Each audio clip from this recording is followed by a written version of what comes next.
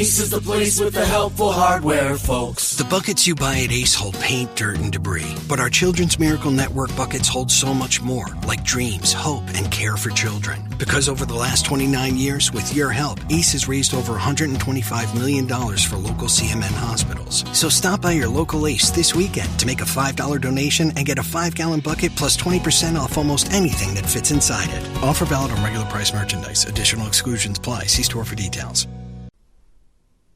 लीजिए सुनिए प्रेमचंद की लिखी कहानी हिंसा परम धर्म। वाचन समीर गोस्वामी का है।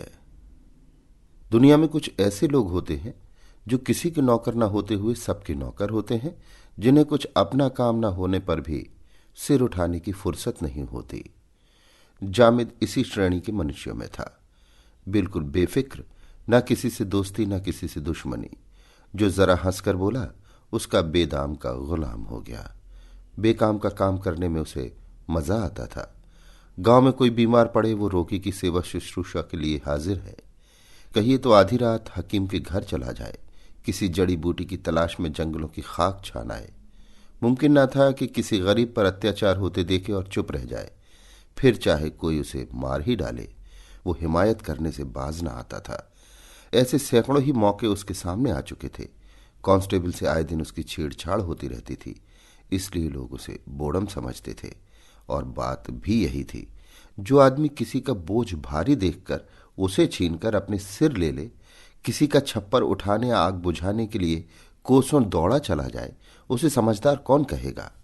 सारांश ये है कि उसकी जात से दूसरों को चाहे कितना ही फायदा पहुंचे, अपना कोई उपकार ना होता था। यहां तक कि वो रोटियों तक के लिए भी दूसरों का मोहताज था।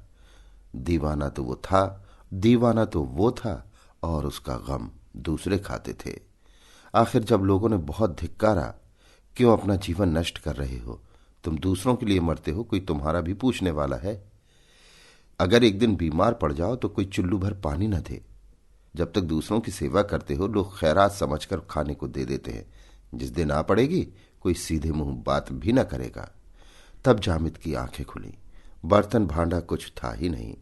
एक दिन उठा और एक तरफ की राह ली। 2 दिन के बाद शहर में पहुंचा। शहर बहुत बड़ा था। महल आसमान से बातें करने लगे। सड़कें चौड़ी और साफ, बाजार गुलजार। मस्जिदों और मंदिरों की संख्या अगर मकानों से अधिक न थी तो कम भी नहीं। देहात में न तो कोई मस्जिद थी न कोई मंदिर। मुसलमान लोग एक चबूतरे पर नमाज पढ़ लेते थे, हिंदू एक वृक्ष के नीचे पानी चढ़ा दिया करते थे। नगर में धर्म का ये महात्म्य देखकर जामिद को बड़ा कुतूहल और आनंद हुआ। उसकी दृष्टि में मजहब का जितना सम्मान था उतना और किसी सांसारिक वस्तु का नहीं। वो सोचने लगा, ये लोग कितने ईमान के पक्के, कितने सत्यवादी हैं। इनमें कितनी दया, कितना विवेक, कितनी सहानुभूति होगी। तभी तो खुदा ने इतना इन्हें माना है। वो हर आने जाने वाले को श्रद्धा की दृष्टि से देखता और उसके सामने विनय से सिर झुकाता था। यहाँ के सभी प्राणी उसे देवता तुल्य मालूम होते थे। घूमते घूमते सांझ हो गई। वो थककर मंदिर के चबूतरे पर जा बैठा। मंदिर बहुत बड़ा था। ऊपर सुनहला कलश चमक रहा था। जगमोहन पर संगमरमर के चौके जड़े हुए थे, मगर आंगन में जगह जगह गोबर और कूड़ा पड़ा था। जामिद को गंदगी से चिढ़ थी। देवालय की ये दशा देखकर उससे ना रहा गया। इधर उधर निगाह दौड़ाई कि कहीं झाड़ू मिल जाए तो साफ कर दे, पर झाड़ू कहीं नजर न आई। विवश होकर उसने दामन से चबूतरे को साफ करना शुरू कर दिया। जरा देर में भक्तों का जमाव होने लगा। उन्होंने जामिद को चबूतरा साफ करते देखा तो आपस में बातें करने लगे। है तो मुसलमान, मेहतर होगा। नहीं, मेहतर अपने दामन से सफाई नहीं करता, कोई पागल मालूम होता है। उधर का भेदिया ना हो? नहीं, चेहरे से बड़ा गरीब मालूम होता है। हसन निजामी का कोई मुरीद होगा। अजी गोबर के लालच से सफाई कर रहा है, कोई भटियारा होगा। जामिद से बोला, गोबर न ले जाना बे, समझा? कहाँ रहता है? परदेशी मुसाफिर साहब, मुझे गोबर लेकर क्या करना है? ठाकुर जी का मंदिर देखा तो आकर बैठ गया। कूड़ा पड़ा हुआ था। मैंने सोचा धर्मात्मा लोग आते होंगे, सफाई करने लगा। तुम तो मुसलमान हो ना? ठाकुर जी तो सबके ठाकुर है, क्या हिंदू क्या मुसलमान। तुम ठाकुर जी को मानते हो? ठाकुर जी को कौन न मानेगा साहब, जिसने पैदा किया उसे न मानूंगा तो किसे मानूंगा। भक्तों में ये सलाह होने लगी, देहाती है, फांस लेना चाहिए, जाने ना पाए। जामिद फांस लिया गया, उसका आदर सत्कार होने लगा। एक हवादार मकान रहने को मिला, दोनों वक्त उत्तम पदार्थ खाने को मिलने लगे। 2-4 आदमी हरदम उसे घेरे रहते। जामिद को भजन खूब याद थे, गला भी अच्छा था। वो रोज मंदिर में जाकर कीर्तन करता। भक्ति के साथ स्वर लालित्य भी हो तो फिर क्या पूछना। लोगों पर उसके कीर्तन का बड़ा असर पड़ता। कितने ही लोग संगीत के लोभ से ही मंदिर में आने लगे। सबको विश्वास हो गया कि भगवान ने ये शिकार चुनकर भेजा है। एक दिन मंदिर में बहुत से आदमी जमा हुए। आंगन में फर्श बिछाया गया, जामिद का सिर मुड़ा दिया गया, नए कपड़े पहनाए, हवन हुआ। जामिद के हाथों से मिठाई बांटी गई। वो अपने आश्रयदाताओं की उदारता और धर्मनिष्ठा का और भी कायल हो गया। ये लोग कितने सज्जन हैं, मुझ जैसे फटे हाल परदेशी की इतनी खातिर। इसी को सच्चा धर्म कहते हैं। जामिद को जीवन में कभी इतना सम्मान न मिला था। यहां वही सैलानी युवक जिसे लोग बोड़म कहते थे, भक्तों का सिरमौर बना हुआ था। सैकड़ों ही आदमी केवल उसके दर्शनों को आते थे। उसकी प्रकांड विद्वता की कितनी ही कथाएं प्रचलित हो गईं। पत्रों में ये समाचार निकला कि एक बड़े आलिम मौलवी साहब की शुद्धि हुई है। सीधा सादा जामिद इस सम्मान का रहस्य कुछ न समझता था। ऐसे धर्मपरायण सहृदय प्राणियों के लिए वो क्या कुछ न करता। वो नित्य पूजा करता, भजन गाता था। उसके लिए ये कोई नई बात न थी। अपने गांव में भी वो बराबर सत्यनारायण की कथा में बैठा करता था, भजन कीर्तन किया करता था। अंतर यही था कि देहात में उसकी कदर न थी, यहां सब उसके भक्त थे। एक दिन जामिद कई भक्तों के साथ बैठा हुआ कोई पुराण पढ़ रहा था तो क्या देखता है कि सामने सड़क पर एक बलिष्ठ युवक माथे पर तिलक लगाए, जनेऊ पहने एक बूढ़े दुर्बल मनुष्य को मार रहा है। बुढ़ा रोता है, गिड़गिड़ाता है और पैरों पड़ पड़ के कहता है कि महाराज, मेरा कसूर माफ करो। किंतु तिलकधारी युवक को उस पर जरा भी दया नहीं आती। जामिद का रक्त खौल उठा। ऐसे दृश्य देखकर वो शांत न बैठ सकता था। तुरंत कूदकर बाहर निकला और युवक के सामने आकर बोला, बुढ़े को क्यों मारते हो भाई? तुम्हें इस पर जरा भी दया नहीं आती? युवक, मैं मारते मारते इसकी हड्डियां तोड़ दूंगा। जामिद, आखिर इसने क्या कसूर किया है, कुछ मालूम भी तो हो। युवक, इसकी मुर्गी हमारे घर में घुस गई थी और सारा घर गंदा कराई। जामिद, तो क्या इसने मुर्गी को सिखा दिया था कि तुम्हारा घर गंदा कराए? बुढ़ा, खुदाबंद मैं उसे बराबर खांचे में ढांके रहता हूं। आज गफलत हो गई। कहता हूं महाराज कसूर माफ करो, मगर नहीं मानते। हुजूर मारते मारते अधमरा कर दिया। युवक, अभी नहीं मारा है, अब मारूंगा, खोद कर गाड़ दूंगा। जामिद, खोद कर गाड़ दोगे? भाई साहब, तो तुम भी यूं खड़े न रहोगे, समझ गए? अगर फिर हाथ उठाया तो अच्छा ना होगा। जवान को अपनी ताकत का नशा था। उसने फिर बुढ़े को चांटा लगाया, पर चांटा पड़ने के पहले ही जामिद ने उसकी गर्दन पकड़ ली। दोनों में मल्ल युद्ध होने लगा। जामिद करारा जवान था, युवक को पटकनी दी तो वो चारों खाने चित्त गिर गया। उसका गिरना था कि भक्तों का समुदाय जो अब तक मंदिर में बैठा तमाशा देख रहा था, लपक पड़ा और जामिद पर चारों तरफ से चोटें पड़ने लगी। जामिद की समझ में न आता था कि लोग मुझे क्यों मार रहे हैं। कोई कुछ न पूछता। तिलकधारी जवान को कोई कुछ नहीं कहता, बस जो आता है मुझी पर हाथ साफ करता है। आखिर वो बेदम होकर गिर पड़ा। तब लोगों में बातें होने लगीं। धक्का दे गया, धत तेरी जात की। कभी मलच्छों से भलाई की आशा न रखनी चाहिए। कौआ कौआ के साथ मिलेगा। कमीना जब करेगा कमीनापन। इसे कोई पूछता ना था। मंदिर में झाड़ू लगा रहा था, देह पर कपड़े का तार भी न था। हमने इसका सम्मान किया, पशु से आदमी बना दिया, फिर भी अपना ना हुआ। इनके धर्म का तो मूल ही यही है। जामिद रात भर सड़क के किनारे पड़ा दर्द से कराहता रहा। उसे मार खाने का दुख न था। ऐसी यातनाएं वो कितनी बार भोग चुका था। उसे दुख और आश्चर्य केवल इस बात का था कि इन लोगों ने क्यों एक दिन मेरा इतना सम्मान किया और क्यों आज अकारण ही मेरी इतनी दुर्गति की। इनकी वो सज्जनता आज कहाँ गई? मैं तो वही हूं। मैंने कोई कसूर भी नहीं किया। मैंने तो वही किया जो ऐसी दशा में सभी को करना चाहिए। फिर इन लोगों ने मुझ पर क्यों इतना अत्याचार किया? देवता क्यों राक्षस बन गए? वो रात भर इसी उलझन में पड़ा रहा। प्रातःकाल उठकर एक तरफ की राह ली। जामिद अभी थोड़ी ही दूर गया था कि वो बुढ़ा उसे मिला। उसे देखते ही बोला, कसम खुदा की, तुमने कल मेरी जान बचा दी। सुना जालिमों ने तुम्हें बहुत बुरी तरह पीटा। मैं तो मौका पाते ही निकल भागा। अब तक कहाँ थे? यहां लोग रात ही से तुमसे मिलने के लिए बेकरार हो रहे हैं। काजी साहब रात ही से तुम्हारी तलाश में निकले थे, मगर तुम न मिले। कल हम दोनों अकेले पड़ गए थे। दुश्मनों ने हमें पीट लिया। नमाज का वक्त था, जहां सब लोग मस्जिद में थे। अगर जरा भी खबर हो जाती तो 1000 लठैत पहुंच जाते, तब आटे दाल का भाव मालूम होता। कसम खुदा की, आज से मैंने 3 कोड़ी मुर्गियां पाली हैं। देखूं पंडित जी महाराज अब क्या करते हैं। कसम खुदा की, काजी साहब ने कहा है, अगर ये लौंडा जरा भी आंख दिखाए तो तुम आकर मुझसे कहना, या तो बच्चा घर छोड़कर भागेंगे या हड्डी पसली तोड़कर रख दी जाएगी। जामिद को लिए वो बुढ़ा काजी जोरावर हुसैन के दरवाजे पर पहुंचा। काजी साहब वजू कर रहे थे। जामिद को देखते ही दौड़कर गले लगा लिया और बोले, वल्लाह, तुम्हें आंखें ढूंढ रही थी। तुमने अकेले इतने काफिरों के दांत खट्टे कर दिए। क्यों ना हो, मोमिन का खून है। काफिरों की हकीकत क्या? सुना सबके सब तुम्हारी शुद्धि करने जा रहे थे, मगर तुमने उनके सारे मंसूबे पलट दिए। इस्लाम को ऐसे ही खादिमों की जरूरत है। तुम जैसे दीनदारों से इस्लाम का नाम रोशन है। गलती यही हुई कि तुमने 1 महीने तक सब्र नहीं किया। शादी हो जाने देते तब मजा आता। एक नाजनीन साथ लाते और दौलत मुफ्त। वल्लाह, तुमने उजलत कर दी। दिन भर भक्तों का तांता लगा रहा। जामिद को एक नजर देखने का सबको शौक था। सभी उसकी हिम्मत, जोर और मजहबी जोश की प्रशंसा करते थे।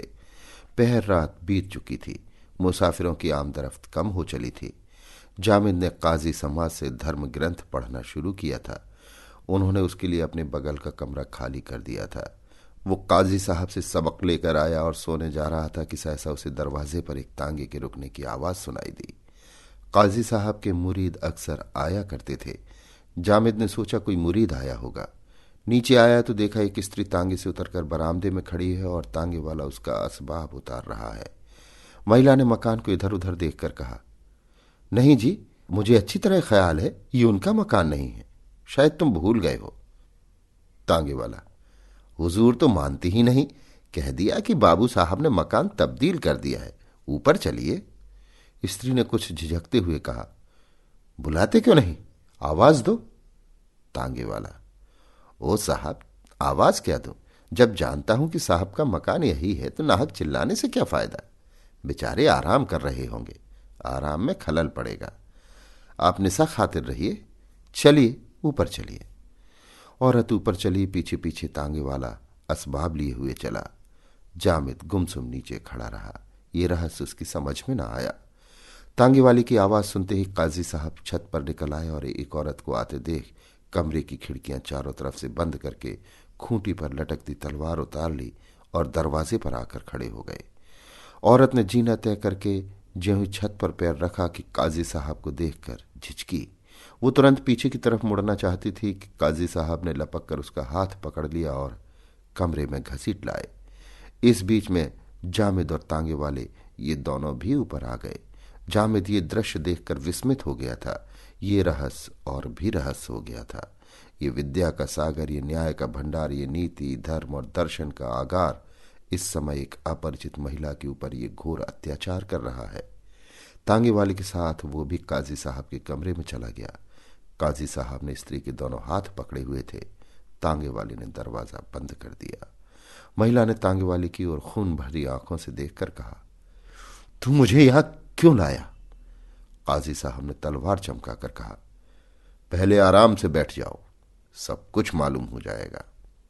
औरत, तुम तो मुझे कोई मौलवी मालूम होते हो। क्या तुम्हें खुदा ने यही सिखाया है कि पराई बहू बेटियों को जबरदस्ती घर में बंद करके उनकी आबरू बिगाड़ो? काजी, हां, खुदा का यही हुक्म है कि काफिरों को जिस तरह मुमकिन हो इस्लाम के रास्ते पर लाया जाए। अगर खुशी से ना आए तो जब्र से। औरत, इसी तरह अगर कोई तुम्हारी बहू बेटी को पकड़कर बेआबरू करे तो? काजी, हो रहा है। जैसा तुम हमारे साथ करोगे वैसा ही हम तुम्हारे साथ करेंगे। फिर हम तो बेआबरू नहीं करते, सिर्फ अपने मजहब में शामिल करते हैं। इस्लाम कबूल करने से आबरू बढ़ती है, घटती नहीं। हिंदू कौम ने तो हमें मिटा देने का बीड़ा उठाया है। वो इस मुल्क से हमारा निशान मिटा देना चाहती है। धोखे से, लालच से, जब्र से मुसलमानों को बेदीन बनाया जा रहा है, तो मुसलमान बैठे मुंह ताकेंगे? औरत: हिंदू कभी ऐसा अत्याचार नहीं कर सकता। संभव है तुम लोगों की शरारतों से तंग आकर नीचे दर्जे के लोग इस तरह से बदला लेने लगे हों, मगर अब भी कोई सच्चा हिंदू इसे पसंद नहीं करता। काजी साहब ने कुछ सोचकर कहा, बेशक पहले इस तरह की शरारत मुसलमान शौहदे किया करते थे, मगर शरीफ इन हरकतों को बुरा समझते थे और अपने इम्कान भर रोकने की कोशिश करते थे। तालीम और तहजीब की तरक्की के साथ कुछ दिनों में ये गुंडापन जरूर गायब हो जाता, मगर अब तो सारी हिंदू कौम हमें निगलने के लिए तैयार बैठी हुई है। फिर हमारे लिए और रास्ता ही कौन सा है? हम कमजोर हैं, इसलिए हमें मजबूर होकर अपने को कायम रखने के लिए दगा से काम लेना पड़ता है। मगर तुम इतना घबराती क्यों हो? तुम्हें यहां किसी बात की तकलीफ ना होगी। इस्लाम औरतों के हक का जितना लिहाज करता है, उतना और किसी मजहब का नहीं करता। और मुसलमान मर्द तो अपनी औरत पर जान देता है। मेरे ये नौजवान दोस्त जामिद तुम्हारे सामने खड़े हैं, इन्हीं के साथ तुम्हारा निकाह करा दिया जाएगा। बस आराम से जिंदगी के दिन बसर करना। औरत: मैं तुम्हें और तुम्हारे धर्म को घृणित समझती हूं। तुम कुत्ते हो, इसके सिवा तुम्हारे लिए कोई दूसरा नाम नहीं। खैरियत इसी में है कि मुझे जाने दो, नहीं तो मैं अभी शोर मचा दूंगी और तुम्हारा सारा मौलवीपन निकल जाएगा। काजी: अगर तुमने जबान खोली तो तुम्हें जान से हाथ धोना पड़ेगा, बस इतना समझ लो। औरत: आबरू के सामने जान की कोई हकीकत नहीं। तुम मेरी जान ले सकते हो, मगर आबरू नहीं ले सकते। काजी: क्यों ना हक जिद करती हो? औरत ने दरवाजे के पास जाकर कहा, कहती हूं दरवाजा खोल दो। जामिद अब तक चुपचाप खड़ा था। ज्यों ही स्त्री दरवाजे की तरफ चली, काजी साहब ने उसका हाथ पकड़कर खींचा। जामिद ने तुरंत दरवाजा खोल दिया और काजी साहब से बोला, इन्हें छोड़ दीजिए। काजी: क्या बकता है? जामिद: कुछ नहीं, खैरियत इसी में है, इन्हें छोड़ दीजिए। लेकिन जब काजी साहब ने उस महिला का हाथ न छोड़ा और तांगे वाला भी उसे पकड़ने के लिए बढ़ा, तो जामिद ने एक धक्का देकर काजी साहब को धकेल दिया और उस स्त्री का हाथ पकड़े हुए कमरे से बाहर निकल गया। तांगे वाला पीछे लपका, मगर जामिद ने उसे इतनी जोर से धक्का दिया कि वो औंधे मुंह जा गिरा। एक क्षण में जामिद और स्त्री दोनों सड़क पर थे। जामिद: आपका घर किस मोहल्ले में है? औरत: अड़ियागंज में। जामिद: चलिए मैं आपको पहुंचाऊं। औरत: इससे बड़ी और क्या मेहरबानी होगी। मैं आपकी इस नेकी को कभी न भूलूंगी। आपने आज मेरी आबरू बचा ली, नहीं तो मैं कहीं की न रहती। मुझे अब मालूम हुआ कि अच्छे और बुरे सब जगह होते हैं। मेरे शौहर का नाम पंडित राजकुमार है। उसी वक्त एक तांगा सड़क पर आता दिखाई दिया। जामिद ने स्त्री को उस पर बिठा दिया और खुद बैठना ही चाहता था कि ऊपर से काजी साहब ने जामिद पर लठ चलाया और डंडा तांगे से टकराया। जामिद तांगे में आ बैठा और तांगा चल दिया। अड़ियागंज में पंडित राजकुमार का पता लगाने में कठिनाई न पड़ी। जामिद ने ज्यों ही आवाज दी, वो घबराए हुए बाहर निकल आए और स्त्री को देखकर बोले, तुम कहाँ रह गई थी इंदिरा? मैंने तो तुम्हें स्टेशन पर कहीं ना देखा। मुझे पहुंचने में देर हो गई थी। तुम्हें इतनी देर कहाँ लगी? इंदिरा ने घर के अंदर कदम रखते ही कहा, बड़ी लंबी कथा है, जरा दम लेने दो तो बताती हूं। बस इतना ही समझ लो कि आज इस मुसलमान ने मेरी मदद न की होती तो आबरू चली गई थी। पंडित जी पूरी कथा सुनने के लिए और भी व्याकुल हो उठे। इंदिरा के साथ वो भी घर में चले गए, पर एक ही मिनट बाद बाहर आकर जामिद से बोले, भाई साहब, शायद आप बनावट समझें, पर मुझे आपके रूप में इस समय इष्ट देव के दर्शन हो रहे हैं। मेरी जबान में इतनी ताकत नहीं कि आपका शुक्रिया अदा कर सकूं। आइए बैठ जाइए। जामिद: जी नहीं, अब मुझे इजाजत दीजिए। पंडित: मैं आपकी इस नेकी का क्या बदला चुका सकता हूं? जामिद: इसका बदला यही है कि इस शराफत का बदला किसी गरीब मुसलमान से न लीजिएगा। मेरी आपसे यही दरख्वास्त है। ये कहकर जामिद उठ खड़ा हुआ और उस अंधेरी रात के सन्नाटे में शहर से बाहर निकल गया। उस शहर की विषाक्त वायु में सांस लेते हुए उसका दम घुटता था। वो जल्द से जल्द शहर से भागकर अपने गांव में पहुंचना चाहता था, जहां मजहब का नाम सहानुभूति, प्रेम और सौहार्द था। धर्म और धार्मिक लोगों से उसे घृणा हो गई थी। अभी आप सुन रहे थे प्रेमचंद की लिखी कहानी हिंसा परम धर्म। वाचन समीर गोस्वामी का था। With the new iPhone SE for less than $100 at Metro, you rule. It's the most affordable iPhone on the #1 brand in prepaid. So whether you're studying online or FaceTiming. Hey, Mom. Hi, dear. The iPhone SE has all you need. Switch to Metro and get the iPhone SE for $99.99 after rebate redemption and 6 months of service with AutoPay. Metro by T-Mobile. Rule your day. Limit 1 per account/household. Requires port and ID validation. Not valid for numbers currently on the T-Mobile network or active on Metro in past 90 days. Restrictions apply. See store for details.